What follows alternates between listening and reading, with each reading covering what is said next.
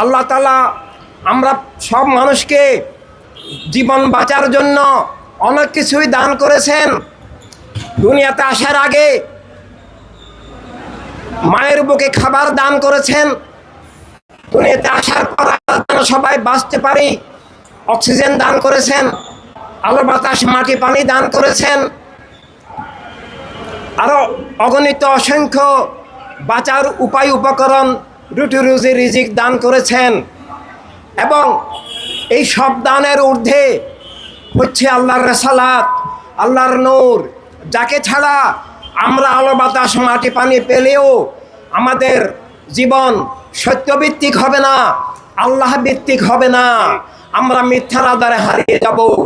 তাই আত্মার আলো হিসাবে শুধু বেঁচে থাকা নয়, বেঁচে থাকার লক্ষ্য উদ্দেশ্য বুঝা, মিথ্যা থেকে বাঁচা, জুলুম থেকে বাঁচা, এবং আল্লাহ তাআলা জীবনের লক্ষ্য উদ্দেশ্যে পৌঁছানোর জন্য সব মানুষকে জীবনের সকল উপকরণের সাথে সাথে জীবনের যে সত্য বিশ্বাস এবং জীবনের নিরাপত্তা, অধিকার, স্বাধীনতা দান করেছেন। আর সেই সত্যের মুক্ত প্রবাহ, জ্ঞানের মুক্ত প্রবাহ এবং আল্লাহ তাআলার নির্ধারিত প্রদত্ত জীবনের নিরাপত্তা, অধিকার, স্বাধীনতা জারি থাকার জন্য উৎখাত ধ্বংস যেন কেউ করতে না পারে, সেজন্য আল্লাহর হাবিব সাল্লাল্লাহু আলাইহি সাল্লাম আত্মিকভাবে যেমন সত্য আর জীবনের দিশা রূপরেখা দান করেছেন, আল্লাহ তাআলার পক্ষ থেকে রাজনৈতিকভাবেও কিভাবে জীবন মানবতার সমাজ, রাষ্ট্র, বিশ্ব ব্যবস্থা গড়ে উঠবে তাও দান করেছেন। সব মানুষের জন্য আল্লাহ তাআলা নিজেই আল্লাহর হাবিব সাল্লাল্লাহু আলাইহি সাল্লামের শুভাগমনের লক্ষ্য এবং শুভাগমনের অসীমত্ব ব্যাপকতা ঘোষণা করে বলেছেন যে আমার প্রিয় নবী তোমাদের কাছে এসেছেন সমগ্র মানব মণ্ডলীর জন্য। আমি আল্লাহর রহমত হিসাবে, কল্যাণ হিসাবে, আমার আল্লাহর বন্ধন হিসাবে, সংযোগ হিসাবে। যাকে না পেলে আমাকে পাবে না, যাকে না পেলে আমি আল্লাহর বন্ধন সংযোগ হবে না, আমি আল্লাহর দরবারে পৌঁছতে পারবে না। যাকে না পেলে, যার বন্ধনে যুক্ত না হলে তোমাদের জীবন মিথ্যা জুলুমের গ্রাসে ধ্বংস হয়ে যাবে।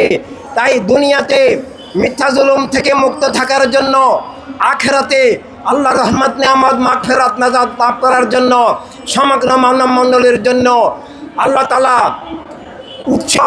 অস্তিত্বের উৎস হিসাবে জীবন রক্ষার, মানবতা রক্ষার, অধিকার স্বাধীনতা রক্ষার, নিরাপত্তা রক্ষার উৎস হিসাবে, আশ্রয় হিসাবে সবার জন্য আল্লাহ তাআলার সকল রহমতের মূল রহমত, সকল দানের আসল দান, সকল কল্যাণের উৎস হিসাবে আল্লাহর হাবিব সাল্লাল্লাহু আলাইহি সাল্লামকে দুনিয়াতে পাঠিয়েছেন।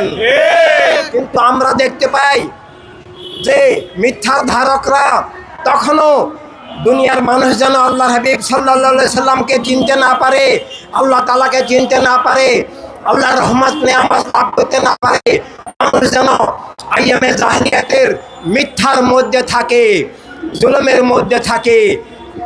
মানুষ যেন নিজের জীবন খুঁজে না পায়, জীবনের সত্য খুঁজে না পায়, জীবনের লক্ষ্য উদ্দেশ্য খুঁজে না পায়, জীবন যেন দুধানে ধ্বংস হয়ে যায়। সেজন্য আমরা দেখেছি আইয়ামে জাহেলিয়াতের বস্তুবাদী ধারা আল্লাহর হাবিব সাল্লাল্লাহু আলাইহি সাল্লামের শুভাগমনের লক্ষ্য উদ্দেশ্য ব্যর্থ করে দিতে চেয়েছে। সব মানুষকে আল্লাহর হাবিব সাল্লাল্লাহু আলাইহি সাল্লাম থেকে বিচ্ছিন্ন করে রাখতে চেয়েছে। কিন্তু মহান মকবুল সাহাবায়ে কেরাম সীমাহীন ত্যাগ স্বীকারের মধ্য দিয়ে আইয়ামে জাহেলিয়াতের মিথ্যার আধার দূর করে কলেমার তাওহীদ রিসালাত ভিত্তিক জীবন, আলোর ধারা, অধিকার স্বাধীনতার ধারা, মানবতার রাজনীতি, মানবতার রাষ্ট্র, মানবতার দুনিয়ার ধারা তারা প্রতিষ্ঠা করেছেন। কিন্তু পরবর্তীকালে আমরা দেখেছি ইসলামের ছদ্মবেশে, মুসলিম নামে